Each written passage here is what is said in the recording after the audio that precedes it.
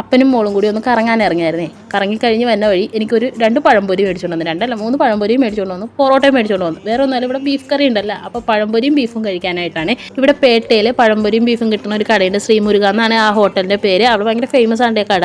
അപ്പോൾ അവിടെ നിന്ന് വാങ്ങിക്കൊണ്ട് വന്നാണ്. ബീഫ് വാങ്ങാഞ്ഞത് നമ്മുടെ ഇവിടെ കറി ഉള്ളത് കാരണമാണ് ബീഫ് കറി വാങ്ങാഞ്ഞത് കേട്ടോ. അവിടുത്തെ ബീഫ് കറി നല്ല ടേസ്റ്റാണ് കേട്ടോ. നല്ല പഴുത്ത പഴത്തിൻ്റെ പഴംപൊരി ആയിരുന്നു കേട്ടോ. നല്ല ചൂടുമായിരുന്നു. അതുമല്ല ഈ പഴം നല്ല ഗ്രേവിയിലും നല്ല എരിവുള്ളൊരു ഗ്രേവി ആയിരിക്കുമല്ലോ ബീഫിൻ്റെ. അപ്പോൾ അതിനകത്തോട്ട് ഇങ്ങനെ കൂട്ടി കഴിക്കാൻ നല്ല ടേസ്റ്റുമാണ്. ഞാനൊത്തിരി കട്ടചായയും കൂടി എടുത്തിട്ടുണ്ട് കേട്ടോ. പിന്നെ ഇവക്കൂട്ടം വന്നിട്ടുണ്ട്. അവൻ അനുവിൻ്റെ ചപ്പാത്തി തിന്നാൻ വേണ്ടി വന്നതാണ്.